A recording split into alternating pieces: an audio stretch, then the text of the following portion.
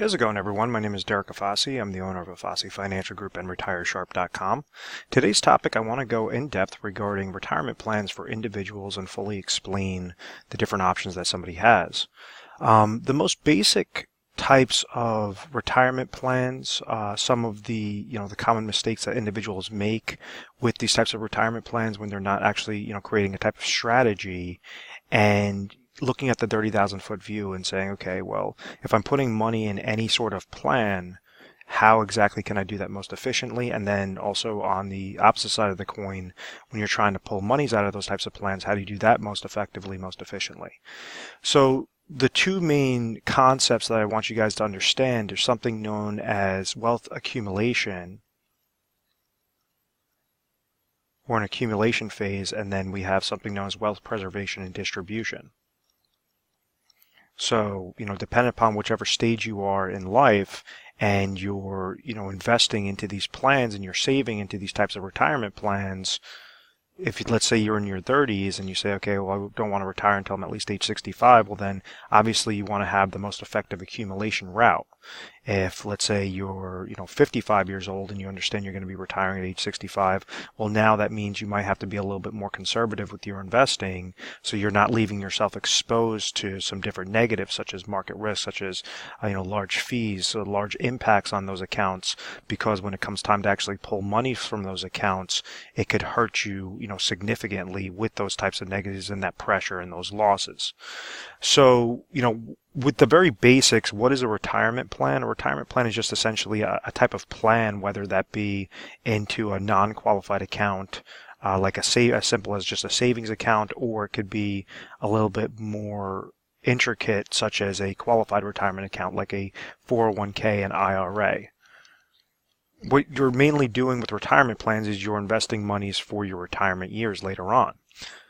So to get started, I'm going to really be going through this 401k and IRA concept, and I'm going to show you how some of the non-qualified accounts work in tandem with it, things to be mindful of, different common mistakes to avoid, and I'm going to show you what happens when you're going from this accumulation stage to the retirement preservation, to the wealth preservation and distribution phase, and how to make that successful transition and actually have a guided path, actually have a type of roadmap and a type of strategy that can work most successfully. So when we delve into the common 401k related plan, you could also lump this in the same categories like a 403b account, a thrift savings plan, a TSP account, a 457b account. There's a whole slew of different things that are going to fall within that qualified plan chassis. Essentially, it all depends upon what sort of employer that you have. If you have a private institution, well, then you're going to be offered a 401k. That's an employer-sponsored 401k plan. If it's a nonprofit organization or like a public organization, teachers, preachers, nonprofits might be 403b account. Thrift savings plan is going to be like the federal government. If you're a postal worker, if you're working for the federal government, you're going to be offered a thrift savings plan. And then the 457 plan is typically municipality. So you have like cops, firefighters, different things like that. So with these types of plans, they're all known as pre-tax related plans. So what that means is the money that you're placing into this plan, that individual is getting a tax deduction off of whatever those contributions are. Those monies are going to grow tax deferred, so that when it comes time to pull these monies out for income later on, it's going to be fully taxable. So it's known as pre-tax. So like as an example, if somebody's working for a private institution and let's say they're making $100,000 per year for really easy math, and they decide to throw $10,000 of their annual salary into this type of plan, it's an incentive to save for retirement. What's happening is at the end of the year, it's being calculated as that tax deduction, and then that could, result in an adjusted gross income of $90,000 if all else is being equal. So basically, we have these pre-tax dollars, that tax deduction, it's going in there, but when it comes time with those dollars that are being placed in there and the growth within those dollars, by the time that bucket is nice and fat, during your retirement years, any dollar that you're pulling out is going to be fully taxable and is going to be incorporated on your adjustable gross income later on, showing as if you're making that as income. So how exactly do these plans work? Well, if you think of it like a bucket, and this is, very simplistic language, I want to, really take away that confusion and really just break it down to very simple components.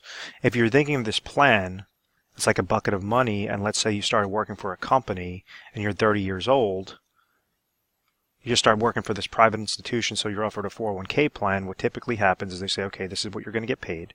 This is your employee benefits package. We're going to give you life insurance, ancillary products, dental, disability insurance, accident policies, whatever that is. And oh, by the way, you could invest monies into your 401k account. So what happens there is they allow you to take a percentage of your salary and place it aside. So it's kind of that out of sight, out of mind type concept. If you're getting paid, a few $1,000s every paycheck, or every month or so, but you're putting a couple $100s, a few $100s into your 401k plan, at the end of the day, they're already taking those monies out of your paycheck. So you're just seeing whatever that net profit is, at the end of whatever is going to hit your bank account from when you're getting paid. So it's that out of sight, out of mind. You know that you are saving for something, and you do know that there's a calculation going on, but a lot of people just kind of, have it on a set it and forget it type mentality, which is fine because that's going to at least allow a person. I definitely think it's good to save monies for retirement rather than just leave it to chance and try to just take as much money and get as much income as possible without placing your monies towards a savings plan is going to really bite you in the long run. So the way on how this bucket grows is by a very simple formula. It goes by contributions is on one side, and then you have rate of return, which is on the other side. So contributions and rate of return equals whatever the account value size is. And this is not only for 401ks, this formula. This goes for any type of account. If you're putting money underneath a mattress, and it's just cash money underneath a mattress. Well, if you're contributing, let's say, $100,000 underneath a mattress, and it's underneath a mattress, so you're not getting any sort of rate of return, your account value is going to be $100,000. Same sort of concept. When you're putting these monies away into a 401k account, you're making those contributions. That's being added into the bucket, and then depending upon how you chose to invest these monies, you're going to have a slew of different investments that you could choose. So you might have anywhere between about 5 to 20 different funds or funding options to choose that could help this account grow. Now, be mindful of that word, can help. It could also hurt if you choose the wrong path, if you do not diversify properly, if you do not set up these types of investments properly, and these investments go south, well then ultimately there's a negative that's going to be occurring with your account. So as a quick example, if let's say somebody goes and adds $10,000 into their bucket for that year, and then you're also getting a 10% rate of return, well, that's obviously a positive that's going into this bucket, and this is a positive that's going into this bucket.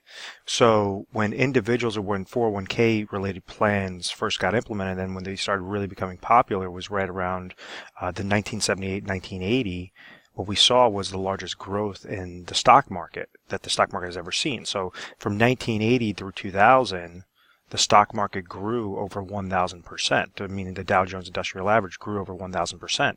So individuals thought that this was basically a casino game that they couldn't lose.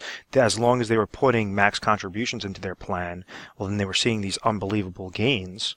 And, it was just basically interest on interest on interest on interest on interest. And then it was ultimately allowing them to say, okay, when I want to retire, when I'm hitting that age 60, age 65, and I want to start pulling monies out, we have a nice fat bucket that's essentially sitting there. Well, obviously things have changed since that point. There's a bunch of reasons why. There's a bunch of reasons why that essentially that large shift did occur was the implementation of ERISA, the implementation of these types of retirement accounts definitely helped out. And we had all these investors that were now dumping monies into the market. And when it comes time to, actually retire, what those same individuals have to do, those baby boomer generation now has to actually liquidate their positions and pull monies out of the market to pay for their retirement needs, to pay for their retirement expenses. So that mixed with the technology, with the tech bubble bursting, we had the Great Recession in 2008. We have technological advances, meaning you also have a type of behavioral science that's mixed into this, behavioral finance that's mixed into this component, where when somebody's looks at their account and they're seeing their account go down, they may panic, pull their monies out, out of the market. Then all of a sudden the market starts going back up. They want to put their monies back in. All of a sudden the market starts going back down. They'll panic, start pulling their monies back out of the market. So what they're doing is they're buying high and selling low, and there's a lot of emotion that's put on there, and technology definitely doesn't help with that. So all of these different components could essentially hurt an individual's performance when it comes time for that rate of return side. We understand this contribution side. That's what the individual could control. They could control how much their contributions are, up to a certain limit, into these types of plans. So if they're going and they say, okay, I make $100,000 and I want to go and put in 10% this year, but then the next year they want to put in 5%, that's fine. They could go and they control how much contributions they're making. If they never put any dollars into this plan, well, then obviously there's $0 to grow with, so therefore that account value is going to sit at zero. So there's definitely a good thing to throw monies into those types of accounts, especially if it's through the employer and the employer's providing something known as an employer match. What do I mean by that? Well, there has to be some sort of incentive, or typically employers want to have an incentive to retain their employees, to make sure that their employee does not jump ship and go to another competitor. So they do that in the form of their type of retirement plan. So like this is where an employee match may come in, where they say, okay, if somebody's going and putting monies into our 401k related plans, us being, the employers and happy to have you guys as employees, what we're going to do is match you up to 3% off of whatever your contributions are. So if this person makes $100,000 and they put in $3,000, well, that's 3% into the plan. It's not just $3,000 going into the plan. It's actually $6,000 that's going to be going into the plan, because the employer is now coming out of pocket and they're matching what that employee is contributing in there. So it just allows this contribution side to be, compounding a little bit better and to add more monies into that bucket. So then there's a large misconception there, because a lot of individuals, if they hear like 100% match, well, it's going to be 100% up to a certain limit. So like 100% of 3%, if this person puts in 10% of their monies, they're not going to get a 10% match. What they're going to do is if they put in 10%, they're only going to get a 3%, so they put in 10 grand, they're only going to get 3,000 in there. And if they go and they put in 1%, 1,000, well, then they're only going to get $1,000. So it's 100% up to whatever that contribution is, with a cap of about 3% in that example. So there's some tricky ways, some tricky verbiage with that. Sometimes you also have something known as vesting schedules, which say if you're working for the company for 5 years or 7 years, then you could keep all that matching money. If you try to jump ship before that, if you try to go to a different competitor before that, or a different company, or leave the business, then they could essentially hold on to all those monies that you thought were going to be the matching money. So there's some trickiness with this. Just be mindful when you're setting up your plan how that match works. So that for the most part describes the left-hand side, that contribution side of the formula. The next side, which is typically overlooked, is this rate of return side. Now, this rate of return, it's all dependent upon the different funding options that you choose. So when you're getting that employee benefits package, so you have your 401k plan, you're going to see a combination of different funds to choose. It could be anywhere from as small as 5 funds to as large as 20, possibly 25 different funds to choose from. And you're going to see a whole slew of different things. Typically, these are mutual funds that are placed into these types of plans. So like you'll see like an aggressive portfolio, or a moderate portfolio, or a conservative portfolio. You'll see something known as like a target date 2020 fund, a target date 2040 fund, all these different things. And individuals, what they usually do is they make the mistake and they just look at the previous year's performance and they say, okay, well, I guess this should pretty much work. And there's a lack of education out there on how to properly choose these things. And so you hear these things known as asset allocation strategies. And a lot of advisors think that, individuals know exactly what that means. If you do not know what that means, do not worry. It's, very common with typical individuals. And the most simplistic terms that I could explain this is, let's say if somebody had like an aggressive portfolio, aggressive meaning that it was comprised of stocks, which could have very good gains whenever the stock market or the underlying index or those types of stocks that are placed within that type of strategy go up, but could also have a very detrimental impact when those accounts go down. So like if somebody was invested primarily in the stock market and let's say they were in, aggressive related mutual funds or aggressive related funds, they were obviously riding that roller coaster going up from 1980s through 2000s. and then they started hitting volatility in early 2000s, and then when 2008 happened, the average portfolio lost anywhere between minus 30% to minus 60%. If you were just in a simple S&P 500 index fund, that account would have lost right around average 37%. So if you think of this in a larger picture, if let's say you're gearing up for retirement, you're age 60, you have $1 million off of your different retirement related accounts, and you get dinged with a negative minus 37%, that's 370 grand, not even including any of the fees in the plan. Of an impact, that's a game changer. That right before retirement, $370,000 of a drop could, obviously be the difference between you confidently retiring or you having to go back to work for the next 10, 15 years longer than what you thought. So that's where this rate of return works. Really is very important. And like with asset allocation, what somebody would do is say, okay, well, rather than be invested completely in stocks, they might want to have a composition of stocks and bonds. So something that might be known as a non-correlated asset class to say, okay, well, as stocks are going down, maybe bonds are going up, or maybe bonds are being unhinged.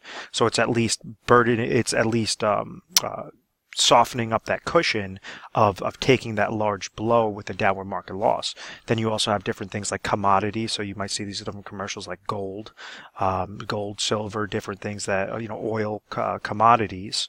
And then you have the very last one, or another type of asset class could be real estate, and then a final one could be like foreign-related stocks. So like foreign stocks, typically when the U.S. stock market's going up, foreign stocks could be faring better, or when U.S. stocks are going down, maybe foreign stocks might be going worse, or they might be non-correlated to each other. It really depends upon that specific market cycle, what's going on with these.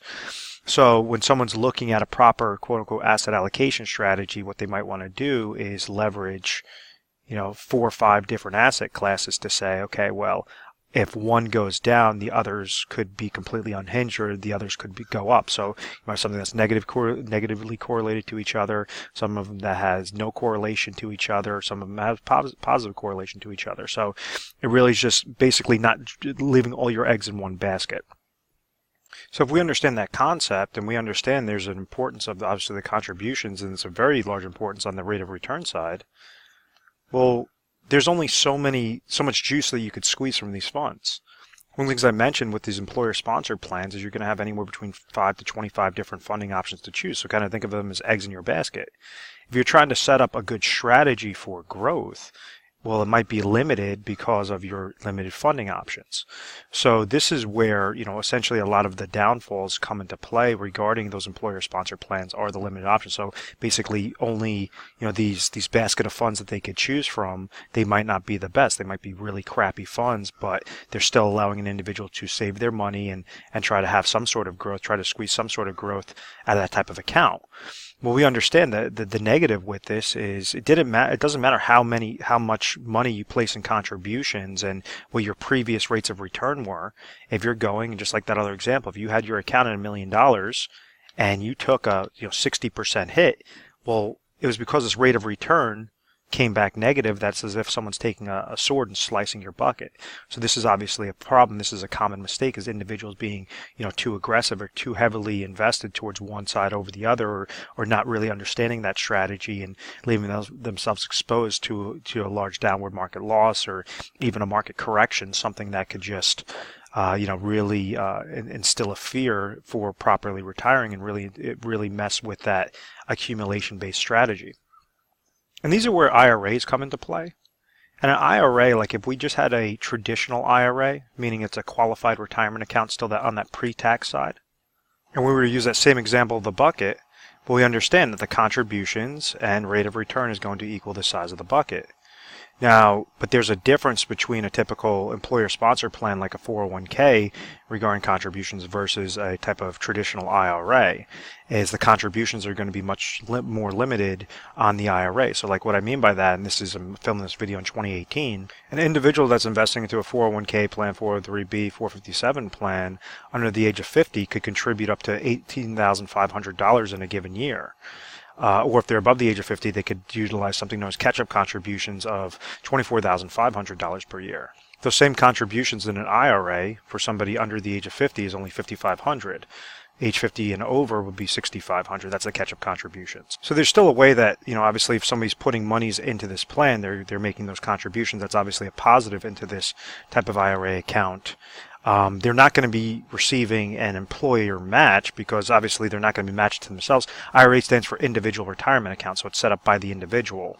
It's not set up by the employer. But the main difference is this rate of return side. This rate of return side can have anywhere between 3,000 to 5,000 different options, different funds, different strategies, different accounts to choose. To determine. These are now, instead of the 5 to 25 different eggs in your basket to choose, you now have thousands of different combinations. So now you could customize things a lot better. You could either have a more efficient asset allocation strategy or a better fixed strategy or, a better income related strategy. So it just allows a lot more flexibility, with that type of plan, but still same thing, contributions and rate of return is going to equal whatever your account balance is, your account value is at the end of the day, at the end of the year. And this explains why, because of that flexibility on the different funds or the different strategies and accounts that you could go and invest your monies into, this explains why somebody, after they're done working for a company, they take that old 401k account or 403b account, or whatever that old retirement account is, employer sponsored plan, and they would do a rollover into an IRA. Because when you do a rollover, what that allows you to do is take all those funds, and it's going from a qualified transfer to a qualified account. It's qualified to qualified, so therefore they allow that to now be added into the IRA. So like, let's say if you had $1 million in your 401k account and you say, I want to retire, I want to have a better chance of growth or a better strategy on this. I'm not going to just leave it into those limited 401k related funds. I'm going to do a rollover into an IRA. So your contribution technically is $1 million, because that's the money that's being dropped into this bucket, is being created by the bucket, and now all the rate of return is going to be determined by the different options that you choose, and you have all of that flexibility. So you go to different custodians, different investment related companies, you go to different insurance related companies with fixed accounts, you go to banks and utilize bank CDs and or treasury bonds. There's a whole slew of different things you could place or create your IRA around. So when we're looking at that accumulation situation, it's all about efficiency. If you're going and you understand you're going to be putting away $10,000 per year towards your retirement, and that's something that you could sacrifice, beyond what your expenses are, that you go and just keep, saving.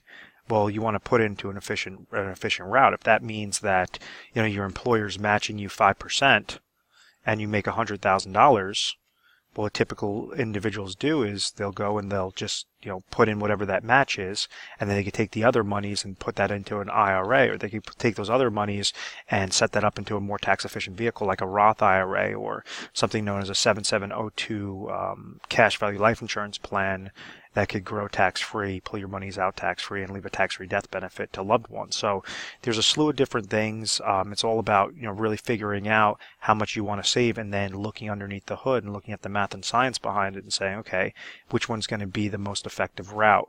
When we are incorporating like a taxation, when we are incorporating inflation-based protection, when we are incorporating market losses or prevention of downward market losses, and then also expenses being a main factor.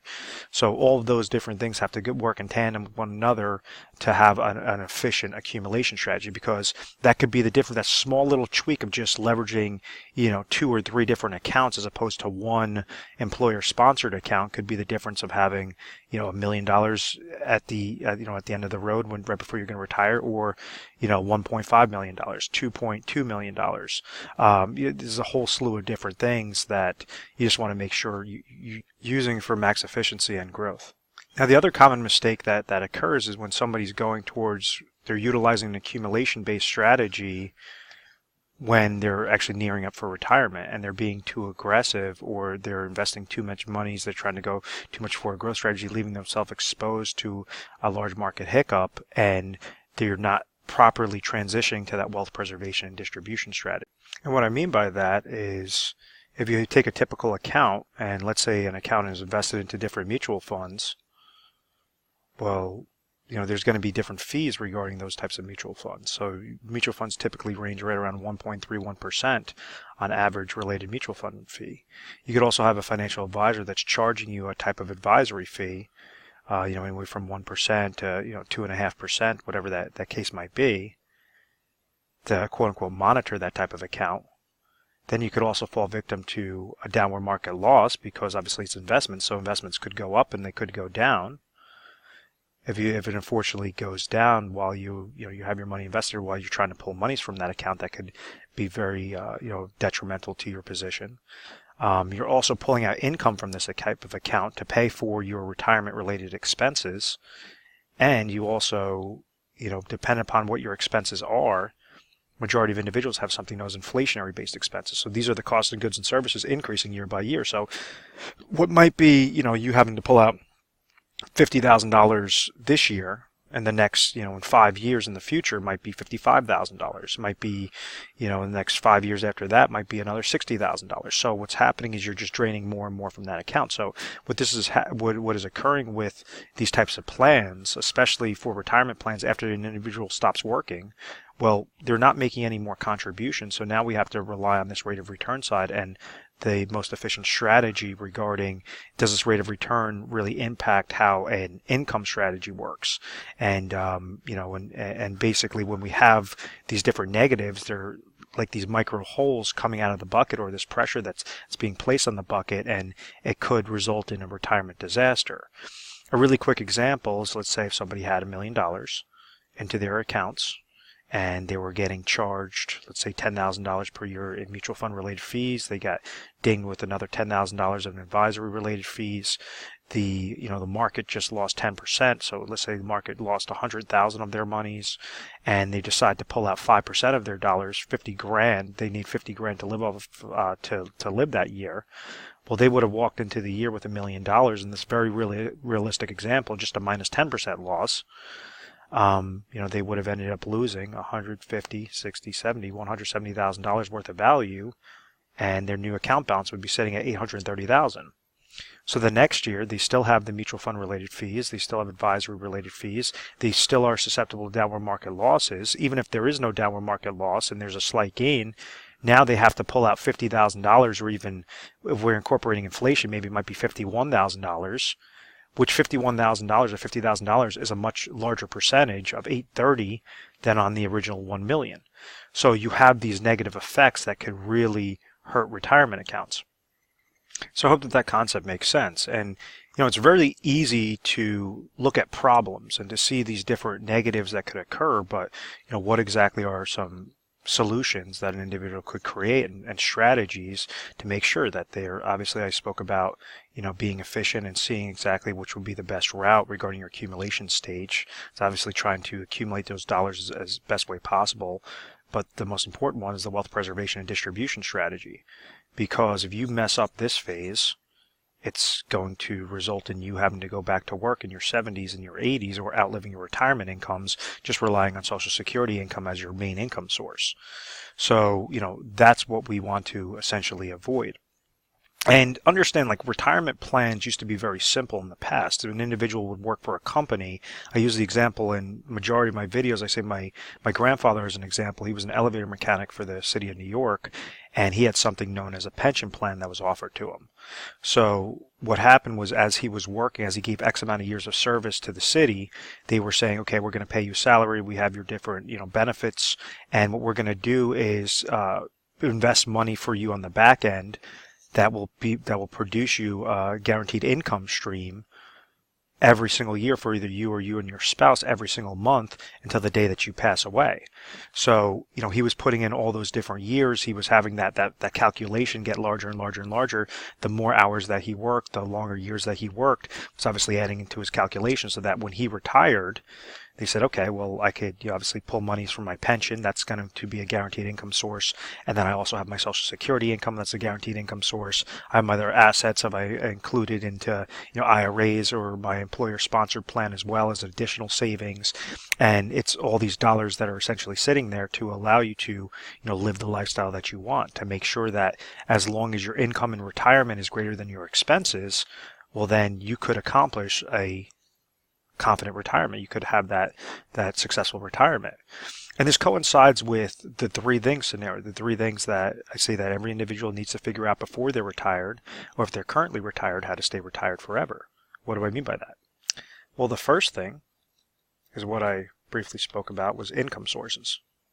We have to make sure that whatever your income sources are, whether that's Social Security income, if you're receiving a type of pension income, which unfortunately has pretty much gone by the way of the dinosaur in recent years.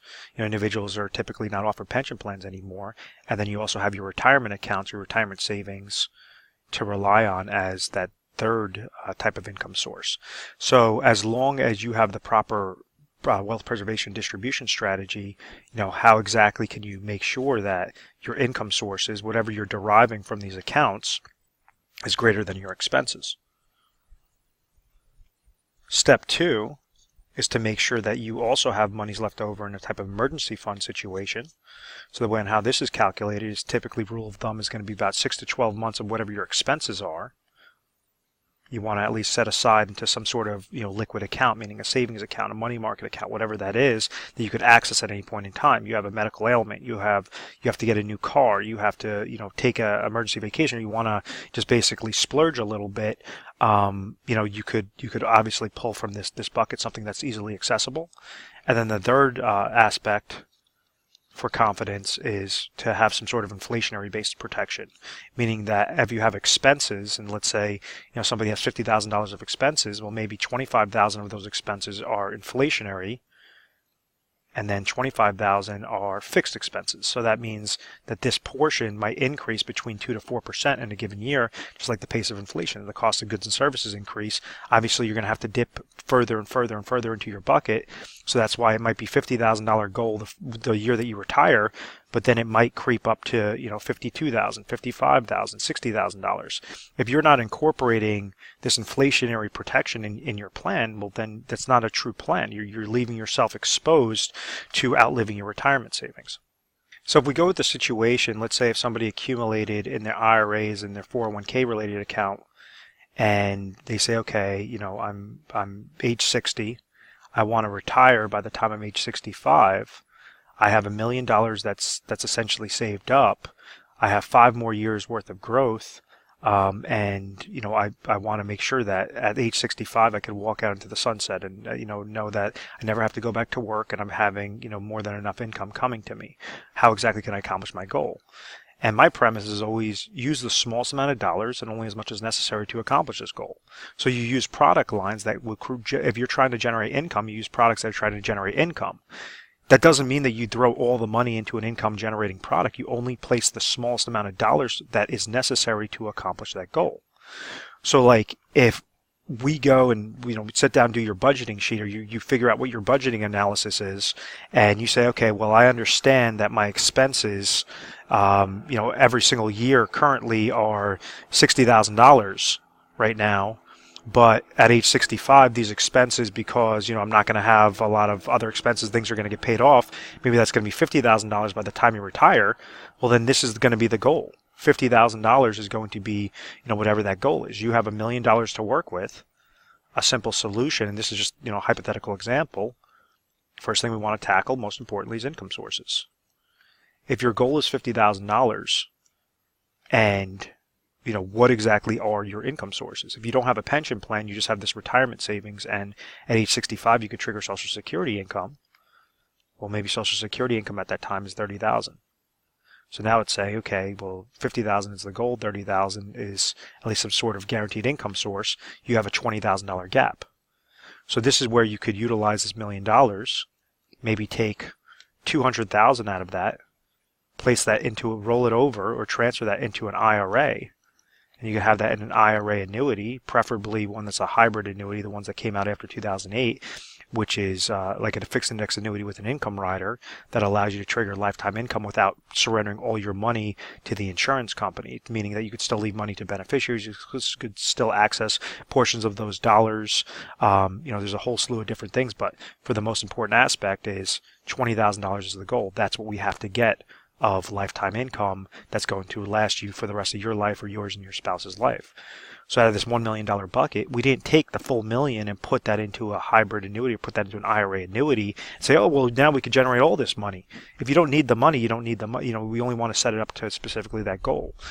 The major goal is to have as much leftover money in your pocket, as much what I like to call fun monies as possible, so that now you could splurge and you could really have confidence in your retirement. So like step one might be accomplished with IRA number one, which is with an IRA annuity for $200,000. So now you have $800,000 left over. We go over to step two. That might mean that now you're leaving $50,000 what your annual expenses are. You might want to leave $50,000 into an IRA money market account that you could access at any point in time. So now you have $750,000 left over. And now you have an inflationary goal of making sure that you're at least able to pull a few grand every couple of years, that as your $50,000 expenses might increase with the pace of inflation, well, you at least have some sort of strategy. So now this could be primarily a growth strategy or an efficient growth strategy. One could be super aggressive, another portion could be fixed. Another portion could be, conservative with some downward market protection from there. So you could ultimately have, what started with $1 million in one account, you could splice this up amongst, 5, 6 different IRA accounts, and making sure that they're accomplishing your goals, you're hitting your expense goal, you have more than enough monies to either leave to beneficiaries or to essentially dip into at any point in time that you need. And you're just the further and further and further you're growing, the better. If you go and you make the mistake and you don't have a true strategy in play, and the market's is basically tanking year by year by year, and you have these enormous amount of fees, it's basically the power of compound interest working against your account, the power of compound interest working against your goal, and you're leaving different things to chance. You basically have that large question mark. So I hope that everything makes sense. I hope you found value in this video. Obviously, we talked about a lot of different topics on there. And, this might be, you might have different types of accounts, but each, situation has to be customized to the individual. It can't just be, at a seminar and have a blanket type statement. It has to be something that's specific. So this is why we recommend, at any point in time, if you found value, if you had specific questions, you wanted to see if we could help you out regarding your plan and sitting down and seeing exactly what would be the most efficient option, give our 1-800 number a call. It's 1-800-566-1002. We're available 24 hours a day, 7 days a week. To have a more specific appointment, I recommend to go through our website, foreseefinancial.com or retiresharp.com. The link's going to be in the description box below. You click on that, it's going to bring you to the same place, and you're going to see this little icon on the bottom right-hand side that says Schedule Appointment.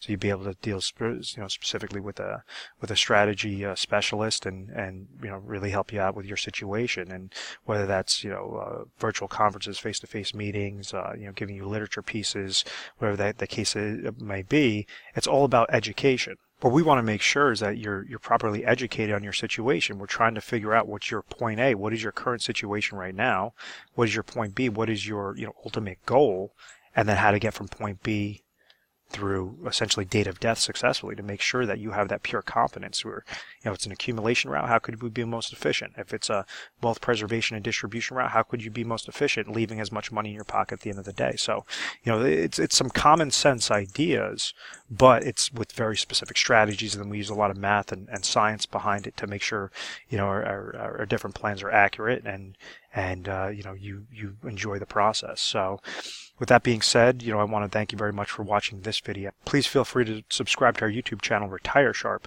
so you could have access to the most updated videos. Thanks so much, guys.